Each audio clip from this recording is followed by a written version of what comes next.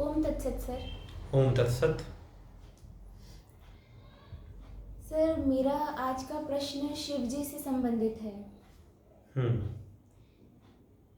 मैं ऐसे ही यूट्यूब पे सर्च कर रही थी, कुछ टॉपिक शिव जी से रिलेटेड ही टॉपिक था, तो अचानक से मेरे सामने जग्गी वासुदेव जो सद्गुरु नाम से प्रसिद्ध हैं उनकी एक वीडियो आई जिसमें उन्होंने इनका रहस्य बताया है, शिव जी का रहस्य बताते हुए कहा है कि जो योगी होते हैं, क्योंकि शिव जी भी एक योगी हैं, तो जो योगी होते हैं जब वो साधना करते हैं उस समय उनकी ऊर्जा का विस्तार इस तरह से होता है कि आसपास कई सारे सर्प उनको घेर लेते हैं। और साथ ही उन्होंने ये भी बताया है कि जो सर्प होता है वो बहुत स्पिरिचुअल होता है, जिससे कि वो उन्हीं लोगों से अट्रैक्ट होता है अत्यधिक जो स्पिरिचुअल होते हैं। तो जो शिव जी हैं उनके भी गले में नाग है, वो स्पिरिचुअलिटी को सिंबलाइज करता है जी। लेकिन क्या ऐसा होता है कि कोई साधना मार्ग पे चले और साधना करने लगे तो उनसे सर्प अट्रैक्ट होकर उन तक पहुंच जाते हैं और उनको घेर लेते हैं, उनके पास आ जाते हैं? क्योंकि इस वीडियो में सद्गुरु जी ने अपना एक पर्सनल एक्सपीरियंस शेयर करते हुए भी कहा है कि कहीं वो निर्जन वन में, जो जंगल का इलाका था, वहाँ पर वो साधना कर रहे थे, मैसूर की कोई जगह थी वहाँ पर। तो अचानक से उनको 10 से 12 सांपों ने घेर लिया, जो कि कोबरा थे। कोबराज ने उनको घेर लिया उस समय। तो जब वो साधना से उठते हैं तो वो पाते हैं कि उनके सामने 10 से 12 लगभग इतने सारे सांप उनके सामने बैठे हुए हैं। ठीक है जी। तो आपका प्रश्न क्या है, इसमें क्या है? क्या ऐसा होता है, जैसे हम भी साधना मार्ग पे चलने के इच्छुक हैं, तो क्या ऐसा होता है कि सर्प हमसे अट्रैक्ट होकर हमारे पास आ जाएंगे या कोई और जीव जंतु भी आ जाएगा हमारे पास? नहीं, सद्गुरु का क्या कहना है इस विषय में? उनका ये कहना है योगियों से सर्प का बहुत, स्पेशली सर्प, सांप जो है योगियों से अट्रैक्ट होते हैं और वो उनको कुछ भी योगियों की एनर्जी हो गई या कुछ भी अट्रैक्ट करती है, तो जो साधना करते हैं उनके आसपास नाग आ जाते हैं, सांप आ जाते हैं, ऐसी घटना घटती है जी। तो देखिए, पहली बात तो ऐसा बिल्कुल भी नहीं है, ये बिल्कुल पूर्णतः असत्य है कि ऐसा कुछ होता है कि आप साधना करेंगे और आप साधना करेंगे तो जो सर्प हैं वो बड़े ही आध्यात्मिक जीव हैं, स्पिरिचुअल प्राणी हैं और वो आपके नज़दीक आ जाएंगे, आपके पास आ जाएंगे। मुझे नहीं लगता कि यह कोई सैद्धांतिक बात है, यह कोई सैद्धांतिक बात नहीं, मतलब यह कोई सिद्धांत नहीं है कि ऐसा ही होगा। तो फिर इसका मतलब जो बाकी योगी थे उन्होंने तो ऐसा अनुभव नहीं बताया अपना। रामकृष्ण परमहंस सिद्ध पुरुष थे, उन्होंने अपने वचनामृत में या कहीं पर भी स्वामी विवेकानंद ने या योगानंद ने ऐसी कोई व्याख्या नहीं लिखी है कि वो ध्यान में बैठे हों और उनको नाग जो है आकर घेर ले। तो यह मत सोचिए कि आप ध्यान में बैठे हैं और सांप आ गया तो आप स्पिरिचुअली डेवलप हो गए, ऐसा कुछ भी नहीं है, ऐसा बिल्कुल नहीं है। अब इसमें मैं आपको अपना अनुभव बतलाता हूं। मेरा अपना जो जीवन है, बचपन से मुझे लगता है कि मैं और सांप, ये दोनों जो है कई बार एक दूसरे का सामना कर चुके हैं।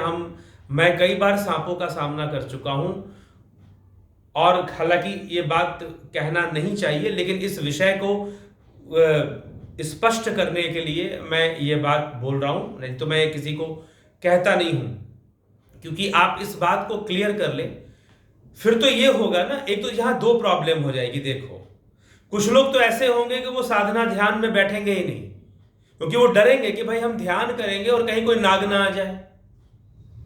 एक तो उनको ये डर हो जाएगा कि नाग ना आ जाए, तो बेचारे वो ध्यान भी करेंगे तो उनका दिमाग चलता रहेगा कि मैं ध्यान करता हूं, नाग आएगा, सांप आ जाएगा तो मैं भी सिद्ध पुरुष बन जाऊंगा, या फिर सांप आ जाएगा तो इसका मतलब मेरी जो ध्यान है वो विकसित हो गया, मैं स्पिरिचुअली डेवलप हो गया अगर सांप आ गया तो। ठीक है, वो एक तो इस उलझन में फंस जाएगा।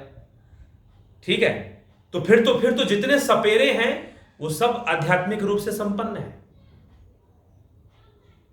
जो सपेरे हैं, सपेरे जो सांपों को पालते हैं, उनके दांत भी तोड़ देते हैं और बहुत सारे सांप पाल के रखते हैं। सांपों को कंट्रोल करना उनको बहुत अच्छे से आता है। हाँ ठीक, ये जरूर है कि जो भी जीव है, सांप ही नहीं, कुत्ता हो या बिल्ली भी हो, वो आपकी साइकोलॉजी को समझने लग जाता है। अगर आप उसे मारने का सोच रहे हो तो कुत्ता भी समझेगा कि भाई ये मुझे मारने की तैयारी कर रहा है। ठीक है, या बिल्ली भी समझेगी, तो सांप भी समझ लेता है। अगर आप सांप से डरोगे बहुत ज्यादा तो कुछ केमिकल रिएक्शंस ऐसी उसकी बॉडी में होंगी कि हाँ भाई अगला तुमसे डरा हुआ है। तो वो जो हिंसा कौन करता है? जो डरा हुआ है जी। वो अपने बचाव के लिए दूसरों को मारता है जी। तो जब लोग डरे हुए हैं तो सांप जान जाता है कि भाई लोग डरे हुए हैं और मुझे मार सकते हैं। जी। ठीक है, तो वो एक अलग बात है। लेकिन हम ध्यान करेंगे और वहां सांप आ गया तो इसका मतलब हम आध्यात्मिक पुरुष हो गए, हम सिद्ध पुरुष हो गए। ये बात बिल्कुल गलत है, 100% गलत है ये। जी। फिर जितने भी आजकल सिद्ध पुरुष जिनको हम मानते थे वो सिद्ध नहीं थे। मतलब अब चैतन्य महाप्रभु थे। चैतन्य महाप्रभु एक बार वो सो गए किसी स्थान पर, जी। भाव समाधि में चले गए। जो योगी होते हैं ना, वो सोने भी जाते हैं तो वो ध्यान में चले जाते हैं। ठीक है, तो वो भाव समाधि में चले गए तो वहां पर बहुत सारी गायें आ गई। सांप नहीं आए, गाय, बहुत सारी गायों ने घेर लिया चैतन्य महाप्रभु को और वो उनके शरीर को चाट रही थी। तो इसका मतलब क्या? ठीक है, वहां सांप नहीं आया, वहां गाय आ गई। जी। तो ये जो है, मेरे ख्याल से अगर ऐसा दावा किया जा रहा है कि कहीं हम ध्यान करेंगे और वहां सांप आ जाता है तो वो हमारा स्पिरिचुअल डेवलपमेंट का एक सिंबल है, बिल्कुल भी नहीं है। जी। बिल्कुल भी नहीं, ऐसा कभी नहीं समझना चाहिए। ठीक है, दूसरी बात क्या है कि मैं अपना पर्सनल एक्सपीरियंस इस बारे में बताऊं तो मैं तो जन्म से ही सांपों का सामना मैंने किया है। बचपन में मैं एक ऐसे घर में रहता था, हालांकि वहां कोई ऐसी बात नहीं थी कि वहां सांप होते हों। आसपास से घर थे, किसी के घर में सांप नहीं घुसता था, हमारे घर में सांप घुसता था।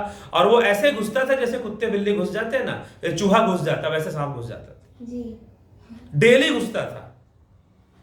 ठीक है, और कितनी बार मैंने सांपों का सामना किया, कितनी बार सांप मेरे पैर में लिपट गए, कितनी बार, एक बार बहुत बड़ा धामिन सांप, उसने मुझे पूरा लपेट लिया था। ठीक ना, तब मैं शायद पढ़ता होगा 6th-7th में मैं पढ़ता होगा। ठीक है, धामिन सांप जहरीला नहीं होता, उसमें पॉइजन नहीं होता धामिन के अंदर, बहुत खूबसूरत सा सांप होता है वो। ठीक है, वैसे तो सांप को खूबसूरत कहना लोगों को वो लगता है, लेकिन मैंने देखा है धामिन बहुत खूबसूरत सांप होता है और लंबा भी होता है, बड़ा भी बहुत होता है और बहुत एक्टिव होता है, बहुत तेज, उसकी स्पीड बहुत तेज होती है। तो वो उसने मुझे पूरा लपेटा और मुझे राउंड मारकर मेरे बॉडी को, फिर वो निकल गया, भाग गया। तो ऐसा मेरे साथ हो चुका है, कई बार पैर में लिपट गया सांप, और एक बार मुझे सांप ने काटा भी, सर्पदंश भी हुआ मुझे एक बार। जी। ठीक है ना, सांप ने मुझे काटा भी एक बार, ऐसा भी हो चुका है। लेकिन उसका विष, मुझे शायद वो विषधर नहीं था या था, तो अभी अंधेरे में पैर पड़ गया तो काट लिया उसने, उसकी बेचारे की क्या गलती। ठीक है, हमने फिर उसे ढूंढना शुरू किया लेकिन कहाँ निकल गया पता नहीं चला। तो ये चीजें होती रही। हाँ, अब ये चीजें जैसे जैसे मेरे साथ तो उल्टा है, जैसे जैसे मेरी साधना बढ़ती गई वैसे वैसे सांप मुझसे दूर होते गए। मैंने ये देखा, जो मुझे बार बार सांप दिखाई देते थे, कभी पैरों में लिपट जाते थे, बचपन से ऐसी घटनाएं घटती थी। जी। बचपन से बहुत छोटे से सांपों का सामना करना, घर में सांपों का घुसना, और specially in the month of Sawan के महीने में हमारे घर में एक सांप का मरना निश्चित। अब घुस गया तो लोग मार ही देते थे उसको, और कभी हमने नहीं मारा, कोई पड़ोसी आके मार गया, कोई दूसरा आके मार गया, घर वालों ने भी नहीं मारा और मैंने भी नहीं मारा, लेकिन कोई ना कोई आके मार गया। और specially in the month of Sawan में ये होता रहा है। लेकिन जब से सर्पदंश मुझे हुआ, सांप ने मुझे काटा, उसके बाद से बंद है। हालांकि मुझे ये बात नहीं कहनी चाहिए, लेकिन इस विषय को स्पष्ट करने के लिए ही मैं ये बात कह रहा हूं, क्योंकि ये कुछ बातें होती हैं जो बड़े पर्सनल लेवल पर होती हैं, हमारे जीवन के रहस्य होते हैं, वो हम पब्लिकली नहीं, लेकिन कुछ लोगों को जब जरूरत होती है तो बताना पड़ता है। तो यहां पर भी इस नीड को देखते हुए बता रहा हूं। बचपन से मैंने नाग का सामना किया, ऐसे बिल्कुल फन निकाले हुए, जो ब्लैक कोबरा होता है। एक होता है स्पेक्टेकल्ड कोबरा, जो कि गेहुमन सांप जिसको बोलते हैं, गेहुमन नाग, वो भी कोबरा है, नाग की एक प्रजाति है। गोल्डन कलर में या फिर ब्राउन कलर में वो पाया जाता है, जहाँ यूपी बिहार में बहुत पाया जाता है, गाँवों के क्षेत्र में गेहुमन उसको बोलते हैं। भी बोलते हैं। हाँ, गेहूं के खेतों में भी वो होते हैं, गेहूं जैसा उनका कलर होता है। लेकिन एक होता है ब्लैक कोबरा, ठीक है ना। ब्लैक कोबरा रेयर है, जो कि म्यांमार में ज्यादा पाया जाता है और दूसरे कंट्रीज में भी, इंडिया में भी है, लेकिन कंपैरेटिवली गेहूमन की कंपैरिजन में उनकी जनसंख्या कम है। तो वो जो ब्लैक कोबरा होता है, डबल स्पेक्टिकल कोबरा, या क्या उसको मोनोक्लेड कोबरा शायद उसको कहते हैं। तो वो जो कोबरा होता है, उस कोबरा का सामना, उसका फन बहुत बड़ा होता है, ठीक है। और उसका मैंने सामना किया, गली से ऐसे जा रहा था, कोबरा ने फन ऐसे निकाल कर वो खड़ा था, लेकिन तभी उसका गांव वाले उसका पीछा कर रहे थे और उनके पास कुल्हाड़ थी।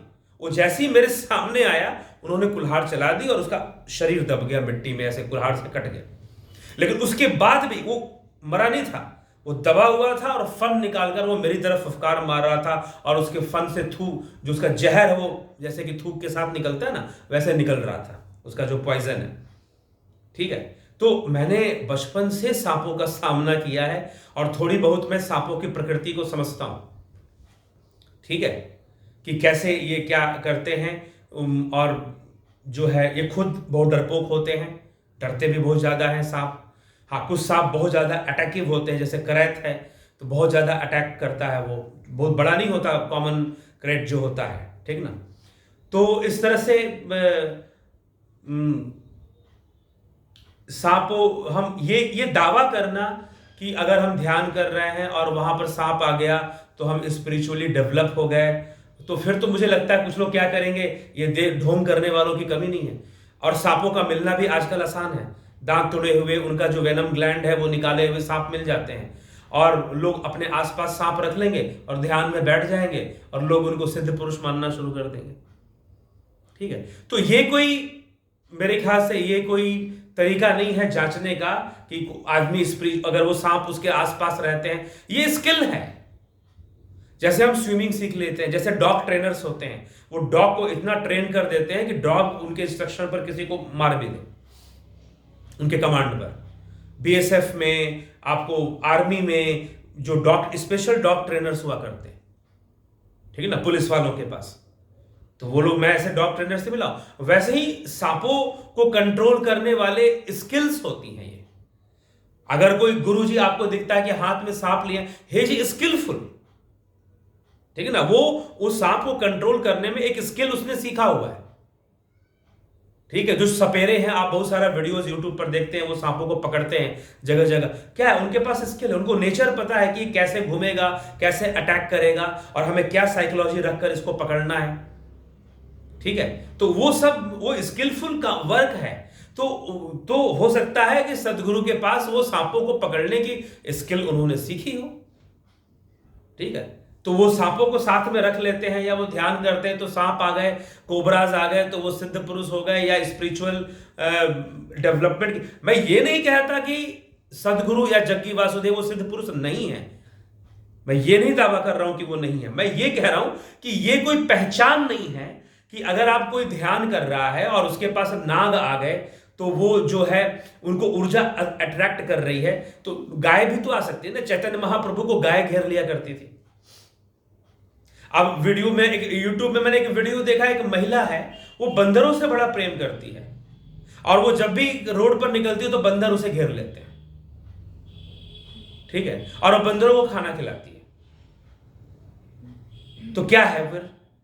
तो आप अगर ऐसा कहीं पर, अगर ऐसा गाइडलाइंस दिया जा रहा है कि ध्यान करते हैं और अगर सांप अट्रैक्ट होते हैं, इसका मतलब आप स्पिरिचुअली डेवलप हो गए, तो this is completely wrong and this is completely misguidance, ठीक है। ये कंप्लीटली मिसगाइडेंस है। हाँ, कर्म है, प्रारब्ध है, किसी को सांप काट लेते हैं, उनकी मृत्यु हो जाती है, या कुछ सांपों के साथ रहते हैं। अब तो वो एक सदगुरु की बात आप छोड़ दीजिए, एक परिवार है, शायद सपेरा परिवार है, और वहां पर बहुत छोटे छोटे बच्चे बड़े बड़े नागों के साथ खेल रहे होते हैं। उसकी भी वीडियो आपको यूट्यूब पे सर्च करोगे तो आपको मिल जाएगी। छोटे छोटे बच्चे हैं, बड़ा गरीब सा परिवार है, और वो नागों के साथ खेल रहे होते हैं। नाग उनके आसपास घूम रहे होते हैं, नागों को हाथ में लेते हैं, नागों को गले में लेते हैं और कोबरास को लेते हैं। तो क्या हुआ, वो बच्चे क्या बहुत स्पिरिचुअली डेवलप हो गए? इसका मतलब ये मान लेंगे? तो this is not the sign of spiritual development. Spiritual development के साइन कुछ और है। सहज अवस्था, वो सहज होते हैं, उनके अंदर एक अलग प्रकार की मैच्योरिटी होती है जो स्पिरिचुअली डेवलप होते हैं। ठीक है, और वो अपने ध्यान से ही बहुत कुछ जानते हैं। और सबसे बड़ी बात क्या है कि वो सही गाइडलाइंस और मार्ग देते हैं हमें जीवन में, जो स्पिरिचुअली डेवलप है।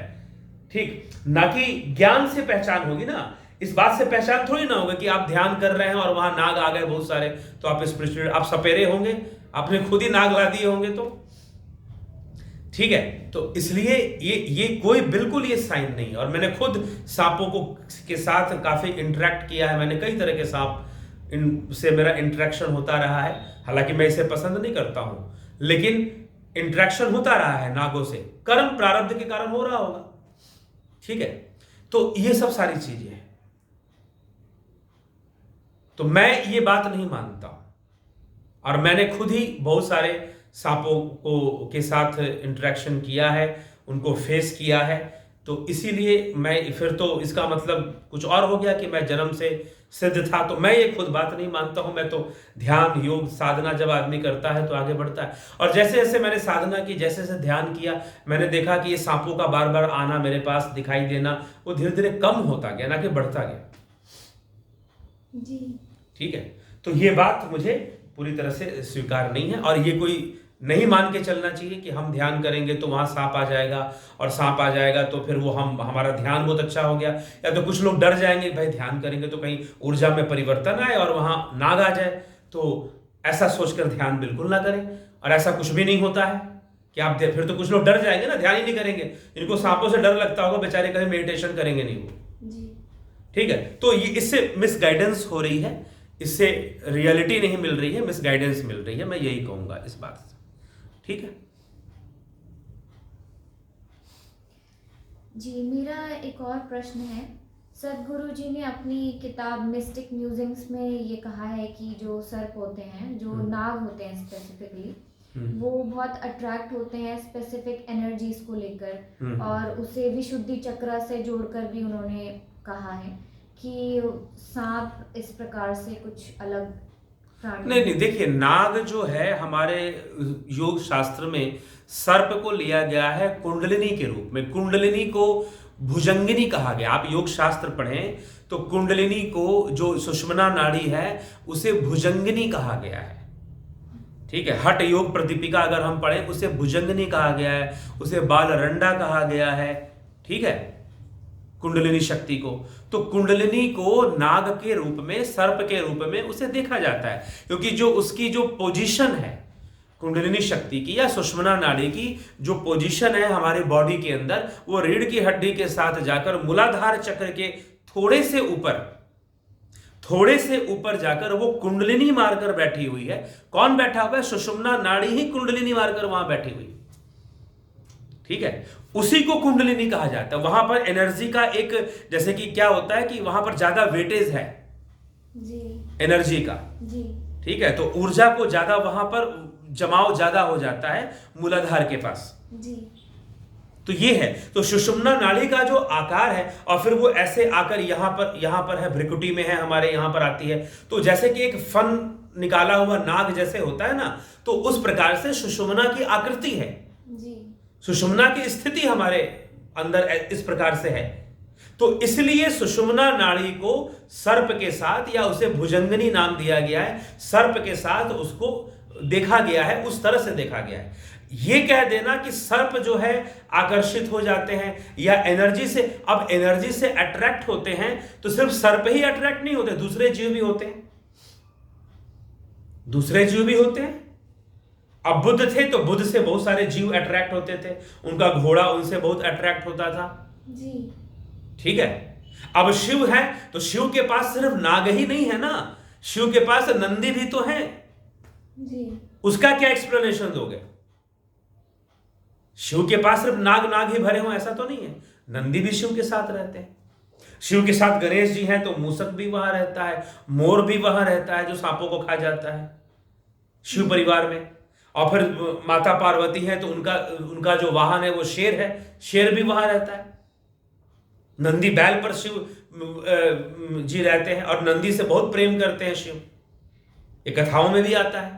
तो मुझे लगता है कि एक इंटरप्रिटेशन क्रिएट किया जा रहा है और ये इसमें और कोई बड़ी बात नहीं है। तो उसको कुंडलिनी शक्ति का जो और सुषुम्ना नाड़ी की जो पोजीशन है बॉडी के अंदर वो सर्प के समान है, दैट्स वाई उसे भुजंगिनी कहा गया है। इसका मतलब ये नहीं है कि हमारी कुंडलिनी जागृत होगी या हम स्पिरिचुअली डेवलप होंगे तो नाग हमारे पास आएंगे, वो अपनी मनगढ़ंत कहानी चल रही है फिर जी। ठीक है। तो और मैं ऐसा क्यों कह सकता हूं, क्योंकि मैंने बचपन से सांपों को फेस किया, नागों को फेस किया, ठीक है। लेकिन जैसे जैसे मैं स्पिरिचुअली डेवलप हो गया मैं देखता था सांप मेरे सामने जल्दी नहीं आते थे, ठीक। फिर तो ये सबके साथ होनी चाहिए थी, विवेकानंद के साथ भी होना चाहिए था, योगानंद परमहंस के साथ भी होना चाहिए था, जितने बड़े बड़े योगी हुए, सिद्ध पुरुष हुए, बुद्ध, महावीर आदि गुरु, शंकराचार्य और बहुत पतंजलि, उन सब में ऐसा होना चाहिए था जी। ठीक है ना। अब पतंजलि ऋषि है, उन्हें शेषावतार कहा जाता है, कहते हैं ना शेषावतार, और उनकी जो मूर्ति बनती है उसमें शेष नाग को ऐसे दिखाया जाता है, वो कुंडलिनी शक्ति का प्रतीक है जी। ना कि ये जो नाग बाहर घूम रहा है उसका प्रतीक है। तो इसको जबरदस्ती, मुझे लगता है कि कुछ जबरदस्ती की कुछ चीजें इंटरप्रेट की जा रही हैं जो मिसगाइडेंस ज्यादा है, ठीक है, जिसमें मिसगाइडेंस ज्यादा है, इससे लोग मिसगाइड होंगे। फिर वो कुछ लोग तो ये एक्सपेक्ट करना शुरू कर देंगे कि भाई हम ध्यान करें तो कोबरा आना चाहिए, और जो बेचारे डरते हैं सांपों से वो तो ध्यान करेंगे नहीं, वो कहेंगे ध्यान करने से कोबरा आएगा तो मुझे नहीं करना, ठीक है, समझ गए। तो ये पूरी तरह से गलत बात है। फिर अरविंदो बहुत बड़े योगी थे, उन्होंने बहुत सारी भविष्यवाणियां की जो कि सच साबित हुई, योग बल से की, कोई ऐसे ज्योतिष या वो करके नहीं। तो वो उन्होंने तो ऐसे कोई दावा नहीं किया कि आप साधना करोगे, ध्यान करोगे, आपकी स्पिरिचुअल डेवलपमेंट होगी तो नाग आपके प्रति अट्रैक्ट होंगे। मैं कहूंगा सपेरों का काम है ये स्किल है। जैसे कि सांपों को, जैसे कुत्ते को पकड़ना स्किल है, स्विमिंग करना एक स्किल है, ड्राइविंग करना एक स्किल है, तो सांपों को हैंडल करना, सर्पों को पकड़ना और उनको कंट्रोल करना एक स्किल है। आप भी सीख सकते हो अगर ट्रेनिंग लो तो प्रॉपर, ठीक है। तो मुझे लगता है कि सदगुरु या उनको जो है स्किल है सांपों को पकड़ने का, जिसको वो स्पिरिचुअल डेवलपमेंट से जोड़ रहे हैं। वो दुनिया को बता रहे हैं कि मैं सांपों को पकड़ लेता हूं, सांप मेरे साथ रहते हैं तो आई एम स्पिरिचुअली डेवलप, ठीक है। वो होंगे स्पिरिचुअली डेवलप, लेकिन ये कोई साइन नहीं है। अगर ऐसा होता तो हमारे शास्त्रों में ये बात लिखी होती, योग शास्त्र इस बात को जरूर मेंशन करता। अगर पतंजलि भूल गए होते तो गुरु गोरखनाथ जी कर देते इस बात को, वो भी शैव परंपरा से है गुरु गोरखनाथ।